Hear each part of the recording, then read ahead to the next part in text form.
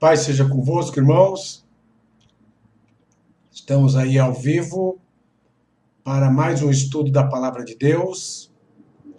Você que está entrando aí no nosso canal, ainda não é inscrito, se inscreva no nosso canal. Nosso canal é um canal de evangelismo bíblico, de estudos bíblicos, onde discorremos assuntos importantes da profecia bíblica, da doutrina da salvação, do conhecimento e da graça de nosso Senhor Jesus Cristo. Sejam todos bem-vindos ao nosso canal. Nós estamos aí divulgando a palavra de Deus. Deixe teu like para que nós tenhamos mais visualizações aí no YouTube. Né? Vamos aguardar um pouco as pessoas se achegarem, né? Para que a gente dê propriamente o início, né? Sejam bem-vindos aí. Gessé Romanha, Paz seja contigo. Maria Cristina Heisenberg. Mo Paulo, Marcos e Denise, Paz seja convosco. Feliz sábado a todos vocês. Estamos aí acompanhando o assunto importante da Palavra de Deus junto com todos vocês. Deixa eu ver aqui para que a gente acompanhe o bate-papo aí com todos.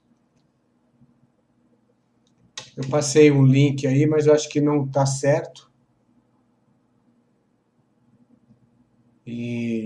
Mas tudo bem. Como é que está o áudio para vocês, meus irmãos? Como é que está o áudio? Né? Feliz sábado a todos vocês. Irmão Gessé Romanha, seja bem-vindo. Né? Deixa eu achar aqui.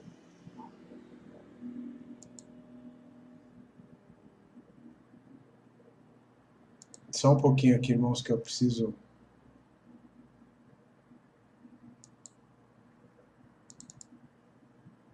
Estou tendo um certo problema aqui. Ok, eu acho que agora resolveu.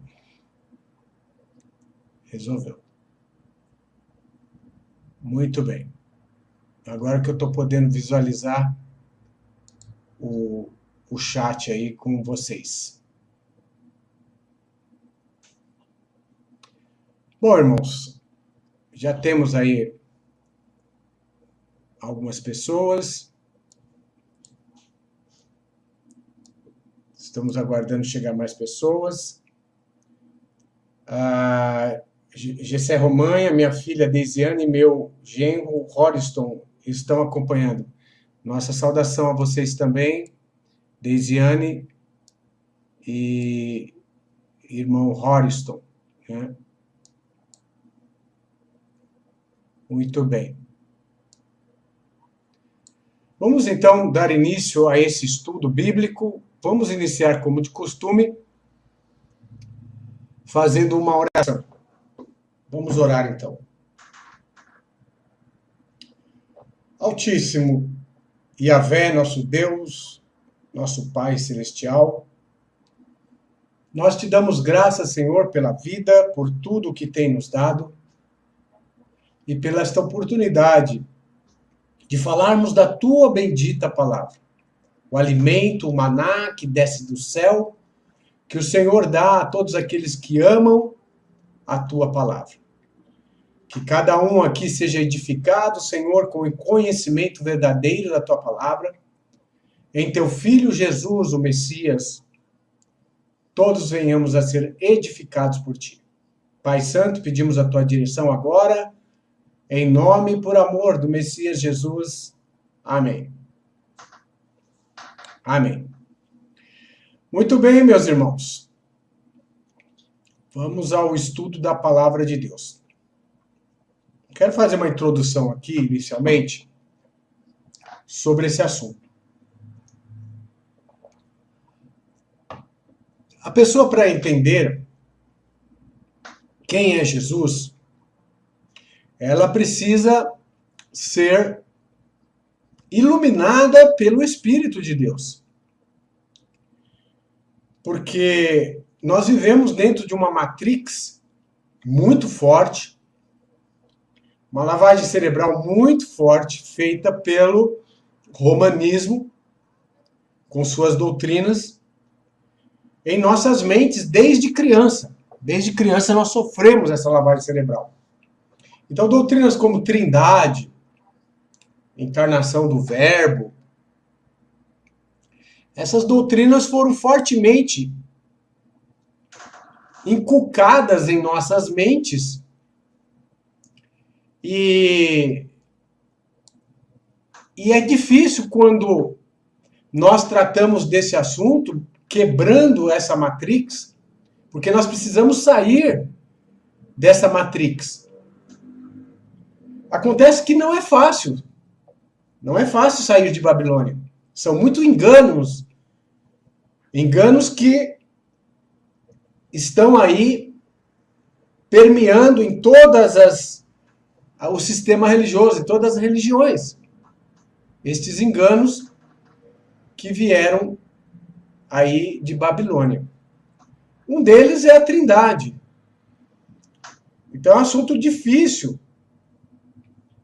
de nós adentrarmos nele por causa exatamente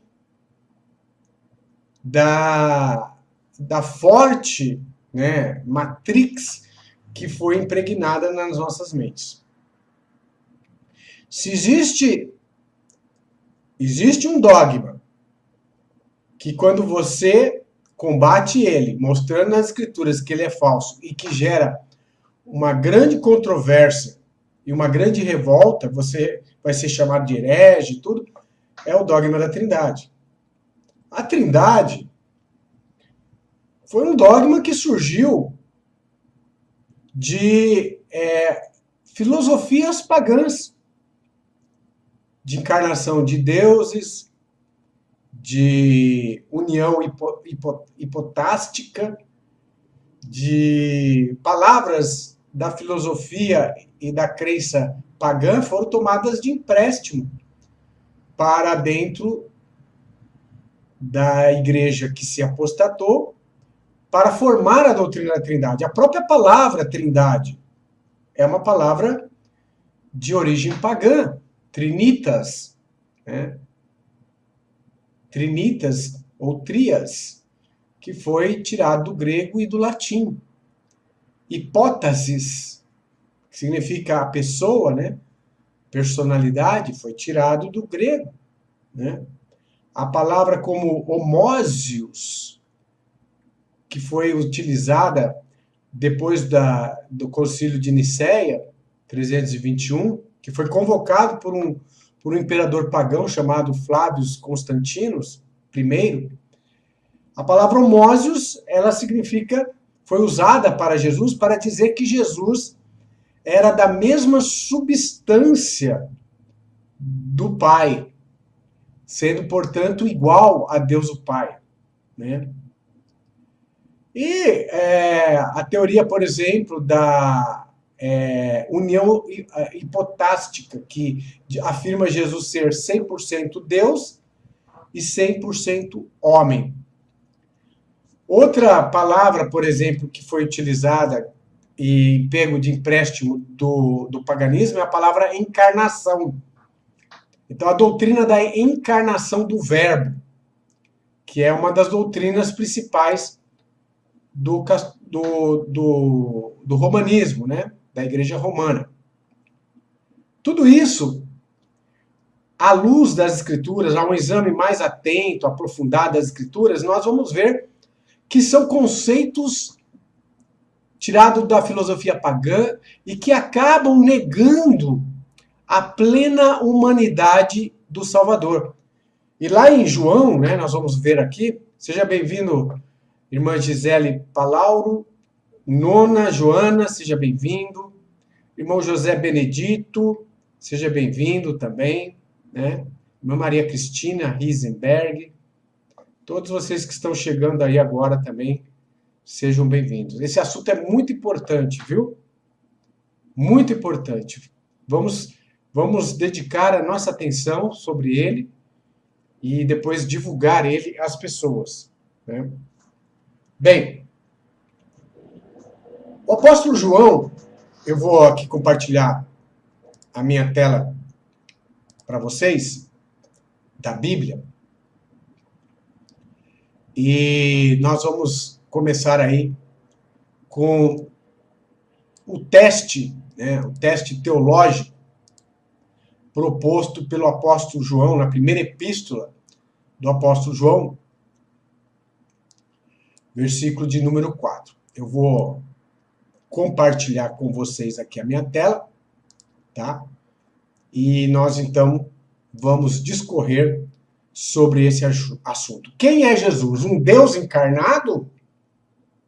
Ou o Messias homem? Apenas homem, né? Então, 1 João 4, 3, compartilhando aí com vocês, nós temos aqui 1 João 4, 3. Do 1 ao 3, vamos ler. É o teste teológico, né? Teste teológico. Amados, não creais a todo o Espírito, mas provai se os Espíritos são de Deus, porque já muitos falsos profetas se têm levantado no mundo. Então o apóstolo João fala para nós fazermos um teste, provar se aquela doutrina ou aquele ensino é realmente de Deus. Aí ele vai dizer qual é a receita. Qual é a receita? Prestem muita atenção. Vai ser muito importante esta leitura no concluir também do estudo. Tá? Aí ele fala: nisto conhecereis o Espírito de Deus.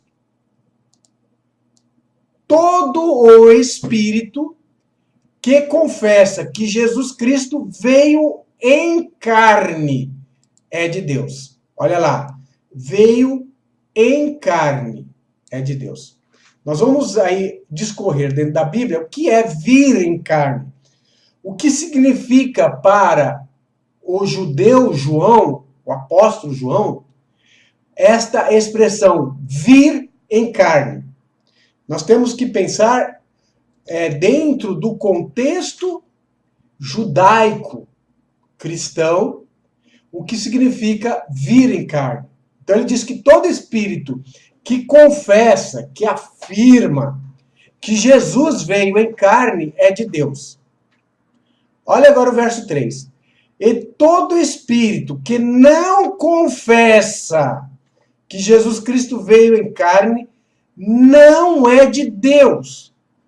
Então qualquer pensamento, qualquer doutrina que negue que Jesus tenha vindo em carne não é de Deus, mas é o espírito do anticristo, do qual já ouvistes que há de vir, e eis que já agora está no mundo. Então, quando o apóstolo João escreveu isso, já estava encerrando o primeiro século, e ele fala que o anticristo viria ainda no futuro, e uma das doutrinas do anticristo seria exatamente negar, né? Negar que Jesus veio em carne.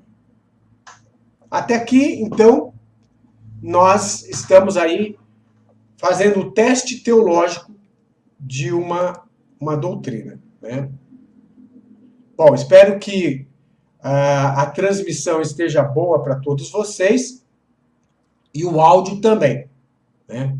Se tiver ruim, por favor, alguém me reporte aí. Bom, continuando. Uma das bases mais fortes de argumentação do dogma da encarnação do Verbo, da afirmação trinitária de que Jesus ele seria um Deus encarnado, está baseado no Evangelho de João, capítulo 1. É o que é mais utilizado, é João, capítulo 1, com o objetivo de calcar nas pessoas essa doutrina de que Jesus é um Deus encarnado, um segundo membro de uma trindade, igual ao Pai, que teria se encarnado em Maria no seu nascimento. Nós vamos analisar esta passagem, esse capítulo 1 de João. Vamos analisar também a questão do original, né, grego, a palavra logos. Logos, que é traduzido para palavra. No princípio era o verbo é traduzido de logos. Né? Se nós formos ver aqui dentro de um dicionário grego, né? De um dicionário grego, nós vamos ver o que significa a palavra logos, né? Logos, significado, né? Então vamos ver aqui dentro do Google o que significa a palavra logos. Então tá aqui a palavra logos, né? Logotipo, logos, né? Logos significa pensamento, retórica, palavra, né? Então, a palavra logos, em várias partes da Bíblia, tem o sentido de pensamento, projeto, discurso, razão, falada, palavra falada, né? Então, tá aqui, ó. O que significa a palavra logos na a Bíblia.org, né? Deixa eu abrir aqui para vocês verem. Qual o significado da palavra logos? Então vem de logotipo, né? Logo, né? A marca, logomarca. Então, logos. Logos é uma palavra grega. Deixa eu aumentar aqui. Ó. Logos é uma palavra grega com diversos significados. Aí vem palavra, discurso, matéria, razão, motivo, falar. E então, logos, ele depende do contexto do qual ele foi colocado, né? Então, a palavra logos significa isso, ok? E lá em João capítulo 1, aparece justamente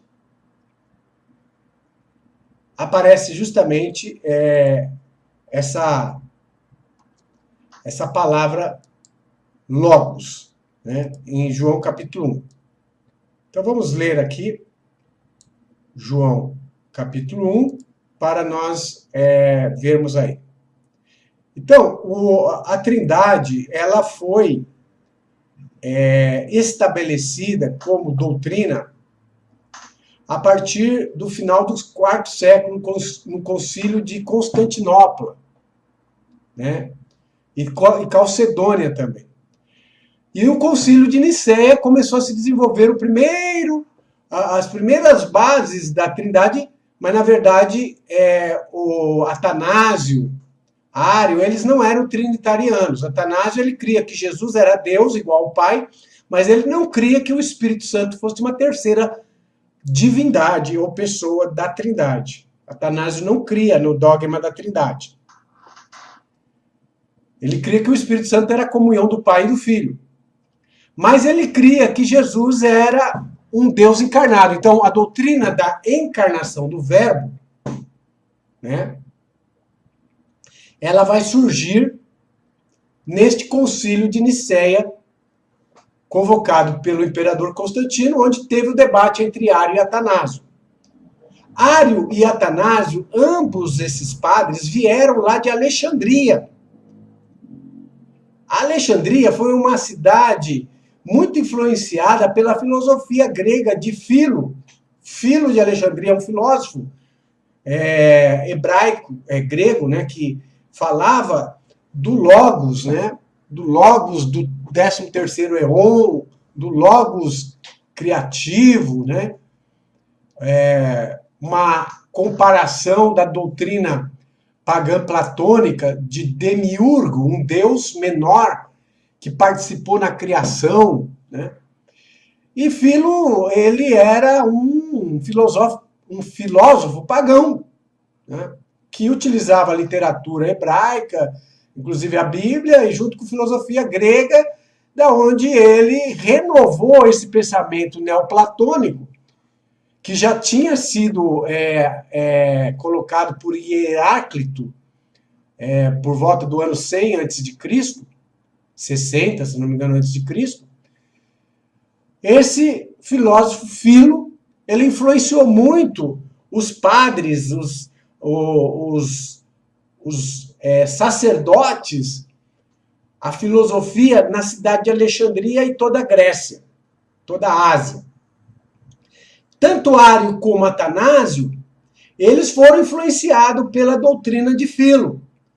E ao lerem João capítulo 1, no princípio era a palavra, o verbo, e o verbo estava com Deus e o verbo era Deus, ele estava no princípio com Deus, eles viram nesta passagem de João um forte apelo para a doutrina de Filo, que dizia de um logos criativo, um Deus menor que participou da criação. Eles entenderam que João estaria falando do mesmo assunto de Filo de Alexandria, conhecido também como Filon de Alexandria. Vamos ver aqui então, Filon de Alexandria, para vocês verem, né? O que ele afirmava. Filo de Alexandria e o Logos. Tá aqui, ó. Filo de Alexandria e o Logos. Então tá aqui, ó. Só para vocês verem. Filon de Alexandria, do ano 10 ao ano 50 da era cristã. Deus criou o Logos, que é a atividade intelectiva de Deus, e o Logos devemos à criação do mundo. Então ele já falava desse Logos criativo, um Deus menor, tipo Demiurgo, lá na época dele, no primeiro século. Mas lembrando a vocês, Filon de Alexandria, ele era um filósofo pagão. Ele não era um cristão. Entendeu, irmãos? Mas ele influenciou Atanásio, influenciou também Ário, e aí começou essa doutrina aí da encarnação do verbo. Tá? Então tá aqui, Filon de Alexandria. Tá? Ele teve como sobrinhos Tibério Júlio Alexandre, Marcos Júlio Alexandre. Ele viveu no primeiro século, em Alexandria, tá? E foi ele que criou essa doutrina do Logos. Tá aqui, ó, Wikipédia. Filon de Alexandria. Filon de Alexandria, hebraico, neste sentido é mais conhecido com a sua doutrina do Logos, sobre o qual ainda encontro à espera de solução inúmeras controvérsias. Tá? O Logos de Filon. Ok, irmãos? Aí, os padres da igreja viram em João 1 que esse Logos aqui que fala, no princípio era o Logos estava com Deus, o Logos era divino, eles entenderam, aqui está falando de um Deus, né, e que eles vão assimilar a Jesus e dizer que Jesus encarnou. Acontece que João, ele quando escreveu o Evangelho, nós temos que lembrar que João era judeu, monoteísta, ele não tinha qualquer influência pagã da doutrina de Filon de Alexandria. Ele era um judeu E a influência dele era hebraica. Então, quando João escreveu isso aqui, ele estava falando lá de Gênesis, que Deus utilizou a palavra mesmo, intangível, não é um Deus menor. Um Deus menor que estaria ao lado dele, ou Jesus Cristo como Deus ao lado do Pai. João, como judeu que era, ele estava falando da palavra. Então, se você for ver aqui em Gênesis capítulo 1, qual foi o primeiro ato de Deus na criação? Ele utilizou a palavra, olha aqui, ó. Gênesis 1, 2. No princípio, Deus criou o céu e a terra era sem forma e vazia, e aí, ó o verso 3 aqui. E disse Deus usou a palavra falada, haja luz e houve luz. Então, Deus não utilizou um Deus chamado Deus Filho, como supostamente a Trindade diz, para criar as coisas. Deus utilizou a palavra que saiu da sua boca. Vamos confirmar isso em Salmos capítulo 33, olha, Salmos 33. Então, na mente de João, que era um judeu monoteísta, estava a palavra que Deus utilizou para criar todas as coisas. Não estava que fosse Jesus. Olha aqui, Salmos 33, verso 6. Olha que interessante. Pela palavra, pelo Logos do Senhor, foram feitos os céus e todo o exército deles, pelo Espírito da sua boca. Ele ajunta as águas do mar como um montão, põe os abismos em depósito. Tema toda a terra, o Senhor, temo todos os moradores. Porque falou e foi feito, mandou e logo apareceu. Então, Deus utilizou a palavra falada para criar todas as coisas, e não uma segunda divindade, de uma suposta trindade, um Deus Filho, como a Trindade tenta afirmar. Né? Alguns utilizam lá Gênesis 1, 26, façamos o homem segundo a nossa imagem e semelhança. Mas ali, todos os eruditos e tradutores da Bíblia, em sua grande maioria, concordam que a palavra Elohim, que é um plural majestático, não significa que Deus era mais de um. Mas o plural ali aplicado, isso faz parte da gramática hebraica, com um objetivo de excelência, de majestade. Então, trata-se de um plural de majestade. O plural de majestade, inclusive, existia na nossa língua portuguesa mais antiga, né? Vós me se, né? O tratativo para uma pessoa era vós me se, na segunda pessoa do plural. Não porque fosse mais de uma pessoa, mas a tratativa do vós me se era a questão de consideração, de excelência. Vocês estão me entendendo? Então, lá em Gênesis 1, 26, o façamos está no plural por causa do emprego da palavra Elohim e não porque era uma trindade de Deus. Não há base para isso. Então, foi através da palavra, no princípio Deus, no princípio de tudo, né? A palavra, né? A palavra criou todas as coisas, a palavra estava com Deus, a palavra era divina, ou seja, ela representava o próprio Deus. Né? E como nós estamos acabando de ver aqui, seja bem-vindo, irmão José Zanella, em Salmos 33 está confirmando, as Escrituras estão confirmando que Deus criou todas as coisas utilizando a sua palavra, o Logos. Em hebraico é davar, tá? Em hebraico. Bem, vamos ver aqui mais passagens bíblicas, inclusive no Novo Testamento, que comprovam que foi a palavra, no sentido intangível, não um ser humano, que Deus utilizou para criar todas as coisas. Vamos lá, Hebreus, capítulo de número 11, versículo de número 3. Pela fé, entendemos que os mundos, pela palavra de Deus, foram criados. Na verdade, as eras, né? Eons. Aqui no grego está as eras, eons. Pela fé entendemos que as eras, ou o mundo, foi criado pela palavra de Deus. De maneira que aquilo que se vê não foi feito do que é aparente. Então, Deus criou as coisas pela palavra. Novamente confirmando aqui. Era isso que estava na mente de João quando ele escreveu o Evangelho de João. Né? No princípio era a palavra. Mas o Concílio de Nicéia mudou isso para verbo, porque verbo está no masculino, e colocou com a letra V maiúscula para induzir as pessoas fortemente criadas na matrix trinitariana a pensar que ali está falando de Jesus. Tanto que isso que eu estou falando aqui, para quem nunca ouviu, fica chocado. Nossa, esse irmão é herege, esse irmão é herético, ele está negando que João 1 está falando de Jesus. Não pode, não pode. Está falando de Jesus, é Jesus ali, é Jesus, o Deus Filho.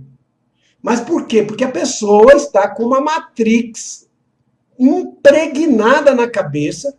Eles já mudaram propositalmente a palavra logos, que é feminina, a palavra, para um sinônimo chamado verbo, que já passa a ser masculino, e puseram o V maiúsculo ali para induzir a todas as pessoas que já estão com a matrix trinitariana na cabeça a não entender outra coisa que não seja o que eles querem que entendam. Que ali está falando de um Deus, de uma trindade, o Deus Filho, que teria participado supostamente com Deus na criação. Vamos ver mais um verso provando que foi pela palavra que Deus criou todas as coisas? 2 Pedro, capítulo de número 3. Olha aqui, ó, mais uma prova de que foi pela palavra falada, o Espírito da boca de Deus, que todas as coisas foram criadas. Verso 5. Eles voluntariamente ignoram isto, que pela palavra de Deus, já desde a antiguidade, existiram os céus e a terra, que foi tirada da água e do meio da água subsiste. Então, muitas pessoas ignoram que pela palavra de Deus que foi falada, as coisas foram criadas e vieram a existir. Então, João 1, no princípio era a palavra, não está falando de um Deus, um segundo Deus, chamado Deus Filho, ao lado do Pai criando todas as coisas. Mesmo porque o próprio Senhor Jesus Cristo disse que as Escrituras não podem ser anuladas. As Escrituras não podem ser anuladas. E em Isaías, capítulo de número 44, né? Isaías 44, seja bem-vindo, irmão Alexandre, do meu limite, domínio também. Olha que importante essa citação, e ela não pode ser anulada.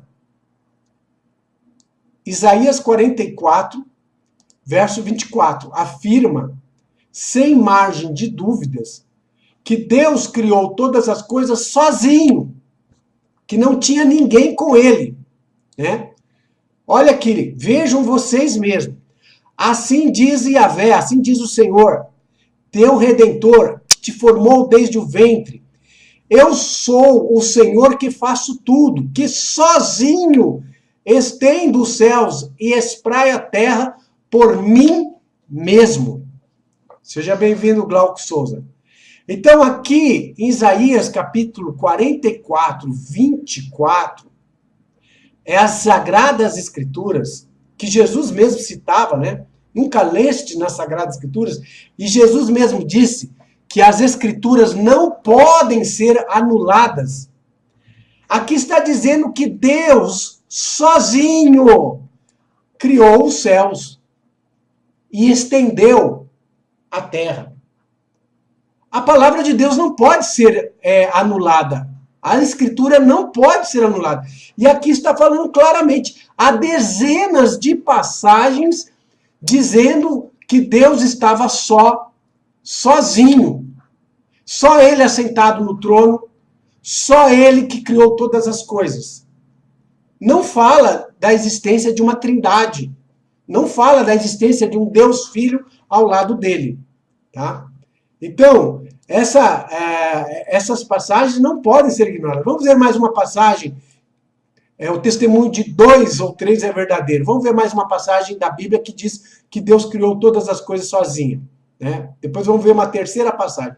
No livro de Jó, no livro de Jó, capítulo de número 9, vai confirmar novamente que Deus fez tudo sozinho.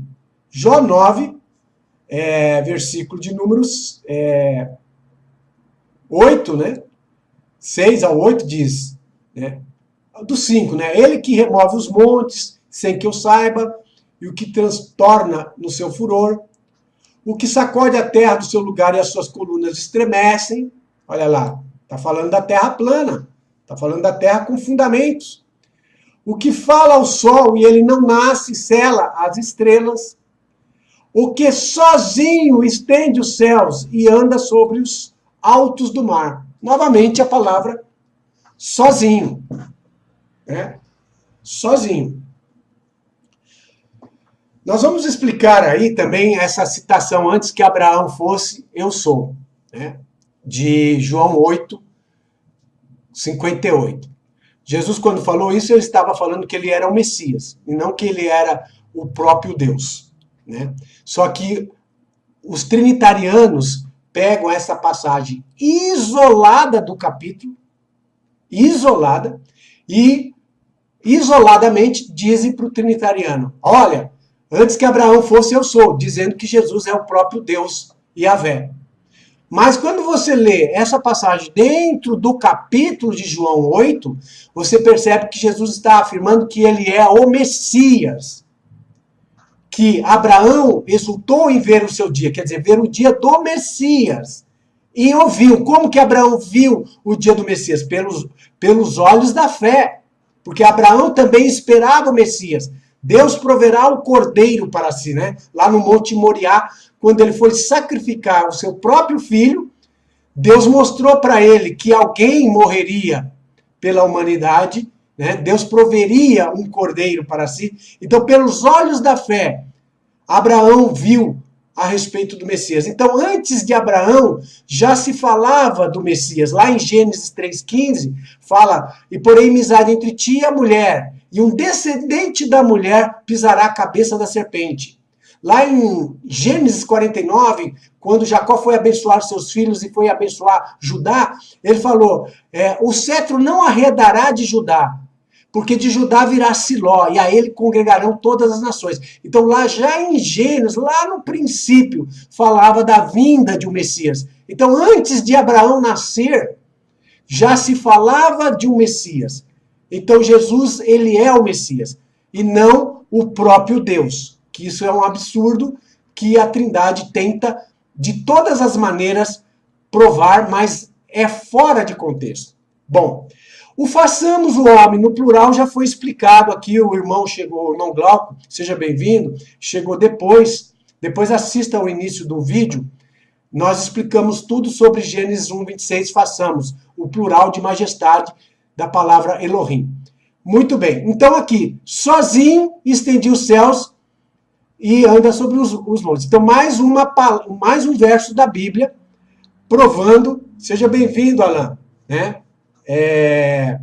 Então, como nós estávamos falando, o dogma da Trindade, o dogma da encarnação do Verbo é uma matrix do sistema romano, muito forte. As pessoas têm dificuldade de sair dessa matrix, assim como a matrix da Terra Globo, né? Essa matrix de que a Terra é um globo giratório, ela é também muito forte. Não é fácil, só a misericórdia de Deus e a pessoa ter realmente uma experiência com as Escrituras, se desvencilhando de toda a ideia pré-concebida que recebeu desde criança ou pelo sistema religioso, para poder entender a verdade. Então, nós vimos lá em João capítulo 1 que no princípio era a palavra. Agora eu vou mostrar para vocês que realmente a própria Igreja Católica, ela sabe disso. Ela sabe que ali em João capítulo 1 não está falando de um Deus Filho, mas está falando da palavra. E eu vou mostrar numa Bíblia católica a correta tradução e vocês vão ver como que as coisas se encaixam. Vou mostrar na própria Bíblia católica, tá? João 1. Né? Então nós estávamos vendo aqui o Evangelho de João capítulo 1, que vocês veem aqui, eles colocam a palavra verbo, que é logos, e coloca o V maiúsculo. No original não tem letra maiúscula, mas eles colocam o V maiúsculo para nos induzir, para nos provocar de forma subliminar a pensar que se trata de uma pessoa, né? A pensar que se trata de uma pessoa. Mas aqui, João está falando da palavra intangível que Deus utilizou para criar os céus e a terra. Então, no princípio, Deus utilizou o quê? A palavra. No princípio, era a palavra. A palavra estava com Deus. Deus era o próprio portador da palavra. Era Ele quem falava, era Ele quem fazia as coisas acontecer. E essa palavra era divina. Né? Uma vez que ela é um substantivo de Deus, ela era de característica divina, mas não uma pessoa. Agora vejam aqui na Bíblia Católica. Na Bíblia Católica, na edição CNBB,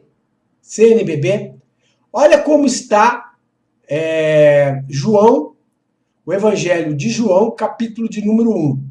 Olha que interessante. João, capítulo de número 1. Ó, vou ler na Bíblia CNBB da Igreja Católica. E olha que incrível. Ó, começando a leitura. No princípio era a palavra. A palavra estava junto de Deus e a palavra era Deus. Ela, não ele, ela existia no princípio junto de Deus. Ela, a palavra. Tudo foi feito por meio dela. E sem ela, nada foi feito de tudo que existe. Estão vendo aí? Como nós acabamos de provar, Deus utilizou a palavra para criar todas as coisas. É um substantivo no feminino. Nela estava a vida. E a vida era a luz dos homens. Olha lá, lâmpada para os meus pés é a tua palavra, e luz para o meu caminho. Salmo 119, versículo 145. Então a palavra de Deus era a luz dos homens. E a luz, que é a palavra, brilhava nas trevas e as trevas não conseguiram dominá-la. Veio um homem enviado por Deus, seu nome era João. Ele veio como testemunho a fim de dar testemunho da luz, para que todos pudessem crer por meio dele.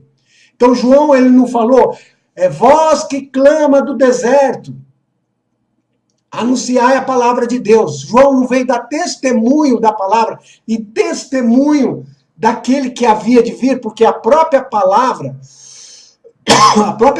de Deus falava que viria o Messias. Que nasceria o Messias de mulher, né? João não era a luz, mas veio para dar testemunho da luz. Ele veio falar da luz, da palavra, das coisas que iriam acontecer. Esta era a luz verdadeira que, vindo ao mundo, a todos ilumina. Ela estava no mundo, o mundo foi feito por meio dela, mas o mundo não a reconheceu. Ela veio para o que era seu, mas os seus não acolheram. Então a palavra sempre esteve, desde o princípio, no mundo.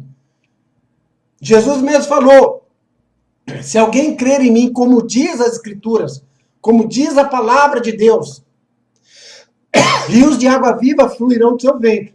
Então essa palavra já estava no mundo, esta palavra foi dada, inclusive para os judeus, mas eles não acolheram. Todos que acolheram, deu-lhes o poder para tornarem filhos de Deus, são os que creem no seu nome. Estes foram gerados não do sangue, nem da vontade da carne, nem da vontade do homem, mas de Deus. Lá na epístola de Pedro fala assim, nós fomos gerados pela incorruptível semente da palavra de Deus. Nós somos gerados pela palavra de Deus em nós. Agora sim, a palavra, aquilo que era intangível, se fez carne, quer dizer, se tornou real, se fez homem e veio morar entre nós. Nós vimos a sua glória, a glória que recebe do seu Pai como Filho único, cheio de graça e de verdade. Então, aquela palavra que era intangível, mas que era falada por Deus, que viria um Messias, que nasceria um Salvador, que ele viria da tribo de Judá, que ele nasceria da descendência de Jessé, de Davi. Esta palavra, ou este Messias, falaria todas as palavras de Deus. Lá em Deuteronômio, capítulo de número 13, Moisés mesmo disse, o Senhor levantará depois de mim um profeta, e nele colocará as suas palavras. Esse profeta falará as palavras de Deus. É aquele que não ouvir o que este profeta falará em nome do Eterno, será extirpado do meio do povo. Eu tomarei conta deles, eu pedirei contas deles. Então o próprio Moisés falou que viria um profeta, no caso Jesus, o Messias, que falaria a palavra de Deus, que a palavra de Deus estaria na sua boca, né? Então, aqui diz, a palavra se fez carne, ou seja, tudo que Deus falou se tornou real na pessoa do Messias. Jesus é a palavra intangível que se tornou real. E para confirmar isso, o depoimento do próprio apóstolo João, ele vai mostrar que é exatamente isso que nós estamos explicando. Olha aqui, ó. Primeira epístola de João, capítulo 1. O próprio apóstolo João, nesta epístola, ele vai provar que o que estava na mente dele quando ele escreveu o Evangelho de João era exatamente isso que nós estamos explicando. Olha lá. O que era desde o princípio, o que ouvimos, o que você ouve? O que você ouve? O que vimos com os nossos olhos, o que temos contemplado e as nossas mãos tocaram da palavra da vida. Porque a vida foi manifestada e nós a vimos e testificamos dela. E vos anunciamos a vida eterna que estava com o Pai e nos foi manifestada. Então, Jesus é a manifestação da vida, da palavra, de tudo que Deus prometeu. E olha que ele fala no verso 3. O que vimos e ouvimos, isso vos anunciamos, para que também tenhais comunhão conosco. A nossa comunhão é com o Pai e com seu Filho, Jesus Cristo. Então ele não fala de nenhuma trindade aqui. Ele fala que nós só temos comunhão com o Pai e com o Filho. Não fala comunhão com o Pai, com o Filho e com o Espírito Santo. Mesmo porque lá em 1 Coríntios 13, 13, 2 Coríntios 13, 13, quando Paulo fala a graça de nosso Senhor Jesus Cristo, o amor de Deus e a comunhão do Espírito. Ele não fala comunhão com o Espírito. Se o Espírito Santo fosse uma terceira pessoa distinta da Trindade, a preposição utilizada pelo apóstolo Paulo em 2 Coríntios 13, 13 seria a comunhão com o Espírito Santo. Mas não, ele falou a comunhão do Espírito Santo. Por exemplo, nós temos comunhão de amor. Nós não temos comunhão com o amor. Amor não é uma pessoa. Nós temos comunhão de amor. Nós temos comunhão de paz. Nós não temos comunhão com a paz. Paz não é uma pessoa. Então você tem comunhão de paz. Nós não temos comunhão com o Espírito Santo. O Espírito Santo não é uma terceira pessoa. O Espírito Santo é o poder emanente de Deus, é a presença do Deus vivo. Então nós temos comunhão de Espírito Santo. Nós temos comunhão do Espírito Santo. Mas com o Pai nós temos comunhão, porque o Pai é uma pessoa. Com o Filho nós temos comunhão, porque Jesus é uma pessoa. Então aqui João deixa bem claro, é o Pai e o Filho. Nossa comunhão é com o Pai e com o seu Filho Jesus Cristo. Mostrando que ele não era trinitariano, ele desprezou totalmente a suposta terceira pessoa da Trindade. Por quê? Porque ele, como judeu, um judeu que cria no Messias, ele sabe que existe um único Deus. Este Deus tem um nome, Yahvé, bendito seja o seu nome. E Jesus é o Filho de Deus que nasceu, foi gerado em Maria por obra e poder do Espírito Santo. Então, como nós explicamos aí, a doutrina da encarnação do Verbo é uma doutrina pagã, que veio da filosofia neoplatônica de Filon de Alexandria. Vou provar para vocês que os pagãos tinham essa crença aí de deuses encarnados. Era uma crença no meio dos epicureus, dos pagãos. Né? Vejam vocês aqui, no livro de Atos, capítulo de número 14, uma prova de que os pagãos tinham essa crença de deuses que se encarnavam e se faziam homens aqui na Terra. Olha aqui, ó. Atos capítulo 14, né? Versículo de número... Quando Paulo e Barnabé fizeram milagres, fez um milagre lá, o povo pagão, né, daquela cidade ficou atônito. E aí diz assim, no verso 11, e as multidões, vendo o que Paulo fizera, levantaram a sua voz, dizendo em língua licaônica, fizeram-se os deuses semelhantes aos homens, e desceram até nós. E chamavam Júpiter a Barnabé e Mercúrio a Paulo, porque este era o que falava. Então vocês veem que quando Paulo e Barnabé fizeram aquele milagre, os pagãos que já tinham impregnado na sua mente esta filosofia pagã de deuses se fazerem homens aqui na Terra, se encarnarem como homens aqui na Terra, já na hora falaram, nossa, esses homens são deuses, se fizeram semelhante aos homens, se encarnaram aqui. Então a doutrina da encarnação é uma doutrina de cunho pagão. É uma doutrina, inclusive, utilizada dentro do meio espírita. Né? O espiritismo tem a doutrina da reencarnação e a doutrina da encarnação. Os espíritas acreditam que Jesus é um ser encarnado, que veio pela primeira vez aqui, o ser mais iluminado que encarnou-se aqui na Terra. Né? Encarnação é quando acontece a primeira vez. Reencarnação é quando acontece mais de uma vez. Mas a Bíblia, ela reprova esse pensamento de reencarnação.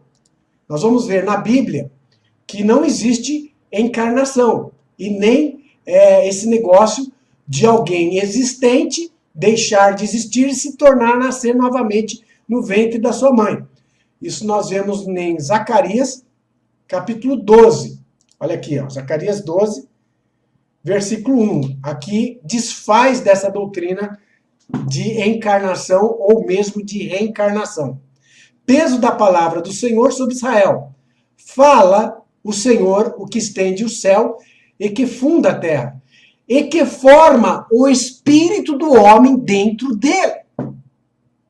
Então Deus forma o espírito do homem dentro dele mesmo. Quando Deus cria aquele primeiro embrião no ventre da mãe, ele permite a geração ali, o espírito já é formado ali junto, dentro. Não vem de fora. Como a doutrina da encarnação diz, que Jesus já existiria lá no céu, como ser pensante, um segundo membro de uma trindade, vai deixar de ser um ser para se tornar novamente um embrião e encarnar no ventre da sua mãe. Isso não é bíblico, isso é doutrina espírita, isso é paganismo, né? Esse pensamento é pagão, né? E eles deturparam João capítulo 1, traduzindo como verbo, que é masculino, com letra V maiúscula, para induzir a pessoa a pensar que ali se trata de um Deus encarnado.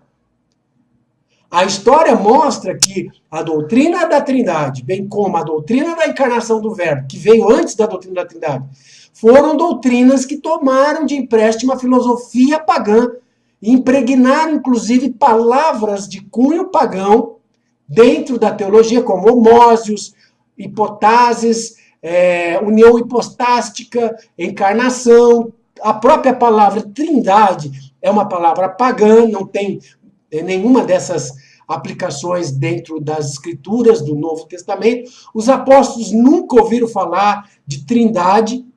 Os apóstolos não acreditavam em encarnação de divindades.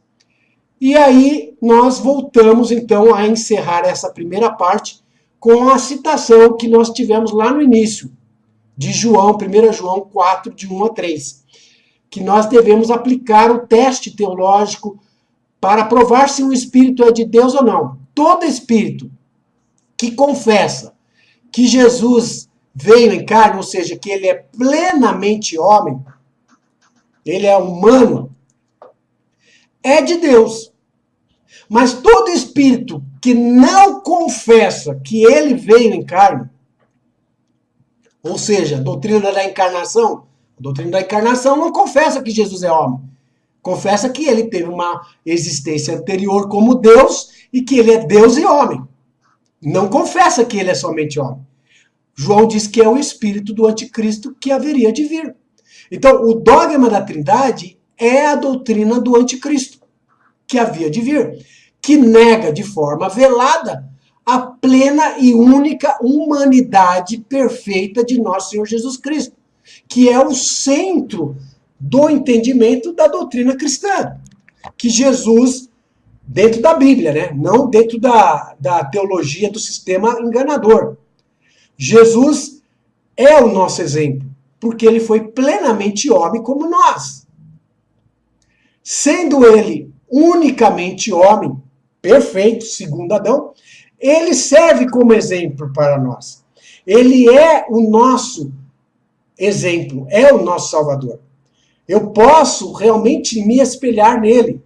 Agora, se Jesus era Deus, se Jesus tinha uma divindade anterior e encarnou, ele não serve como meu exemplo, porque eu sou homem.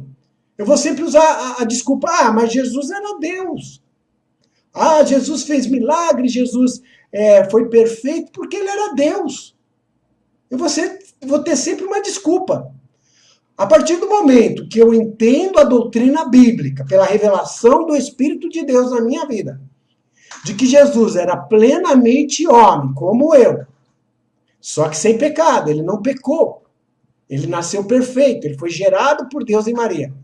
Agora sim, agora eu tenho a dimensão, a profundidade do amor deste homem, Jesus, por mim, porque ele sendo como eu, que ele poderia ser sim propenso a pecar, mas não pecou, foi perfeito, submisso a Deus, em tudo. Agora sim ele serve como meu exemplo. Só que dentro da doutrina do anticristo, que nega a plena humanidade de Cristo, sempre você vai ter essa desculpa. Jesus era Deus, por isso que ele não pecou, por isso que ele não errava. Eu sou homem, eu não sou que nem ele, Deus. Ele é Deus e homem. Vocês estão me entendendo? Então, o verdadeiro Messias, Jesus, o Salvador, ele é o segundo Adão. Veio nos salvar e serve como nosso exemplo, porque como ele andou. Este é o verdadeiro Jesus das Escrituras. Este é o Jesus apresentado pelas Escrituras. O Jesus apresentado pelo sistema babilônico enganador. é um Deus encarnado aqui na Terra. Era um ser que supostamente teria vivido lá ao lado de Deus e que encarnou aqui na Terra. E é uma mistura de Deus-homem, tipo como no paganismo e na filosofia pagã se cria, que deuses se faziam homem aqui na Terra. Este não é o verdadeiro Jesus das Escrituras. Este é o Jesus falso. É o Jesus do sistema religioso, é o Jesus do qual as pessoas dizem, como que eu vou ter ele como meu exemplo se ele era Deus? Eu não sou Deus? Ele era Deus. Esse Jesus não transforma o caráter. Esse Jesus não tem poder. Esse Jesus do sistema religioso, esse falso Jesus, Deus encarnado, ele não tem poder de transformar a mente do cristão, porque o cristão sempre vai usar a desculpa. Ele era Deus. Agora, o verdadeiro Jesus da Bíblia, como Jesus falou, quem crer em mim, como diz as Escrituras, não é para crer em Jesus como diz a Trindade, não é para crer em Jesus como diz o seu pastor do sistema religioso, é para crer em Jesus como diz as Escrituras. Quem crê em mim, como diz as Escrituras, rios de água viva saltarão do seu ventre para a vida eterna. E crer em Jesus, como diz as Escrituras, é aceitar que Jesus é plenamente homem, veio somente e unicamente em carne. E que ele foi ungido por Deus, mas ele é homem, perfeito, segundo Adão, nosso Salvador, submisso a Deus, inferior a Deus, porque ele falou, o Pai é maior do que eu, o Pai é meu Deus. Em vários lugares Jesus chama o Pai de Deus. É este o Jesus das Escrituras. Este serve como nosso exemplo para a nossa salvação. Porque ele nos amou até o fim, sendo em tudo semelhante a nós. Em tudo semelhante a nós. Nasceu de uma mulher humanamente, foi ali o princípio, a origem dele, lá em Mateus 1,18, a origem de Jesus foi assim, sua mãe estando grávida pelo poder do Espírito Santo, a origem dele foi ali. Ele já era falado antes. Ele já era mencionado antes. O cordeiro que foi morto antes da fundação do mundo. Sim, estava nos planos do eterno Deus. Mas foi concretizado na plenitude dos tempos, nasceu de mulher e viveu debaixo da lei. Homem como nós. Perfeito, exceto que não pecou como nós. Perfeito. Mas em tudo semelhante a nós. Este é o Jesus da Bíblia. Creiamos no Jesus da Bíblia, sejamos batizados segundo a crença apostólica, segundo a crença dos nossos irmãos que deixaram a doutrina da verdade em herança de uma vez por todas para nós. Louvado seja Yahvé, louvado seja seu Filho, o Messias, Jesus. Então, fica aí esse importante ensino, nós iremos discorrer mais na segunda parte, em lives futuras. Nós vamos discorrer, por exemplo, a passagem lá de Filipenses, sendo em forma de Deus, não teve por usurpação ser igual a Deus, tomou a forma de servo. Vamos explicar essa passagem, porque todas as coisas, quer principados, potestades, foram feitas por intermédio dele, por causa dele. Ele é o primogênito de toda a criação. Ele é o primogênito de toda a criação espiritual. A igreja, ele é o cabeça e primogênito da igreja. Ele é o primeiro dentre os mortos que ressuscitou para a vida eterna. Ele é a primícia de Deus, o primeiro, o primogênito, o nosso Salvador. E não um ser criado lá, sabe-se quando, que era uma espécie de demiurgo do platonismo ao lado do Pai, ou uma espécie de logos de Filon de Alexandria ao lado do Pai, que a Trindade absorveu essa filosofia pagã e acabou negando o primeiro mandamento da lei de Deus, que diz: não terás outros deuses diante de mim. O próprio Senhor Jesus Cristo quando foi tentado por Satanás, ele mesmo falou: vai-te, Satanás, porque somente a Deus adorarás e prestarás culto.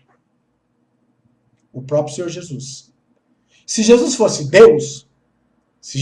Deus, igual ao Pai, Deus homem, 100% Deus, 100% homem, que tentação seria de Satanás oferecer os mundos, a glória dos reinos para ele? Ó, tudo isso te darei a você se você me adorar. Se Jesus criou o próprio mundo, que tentação é essa?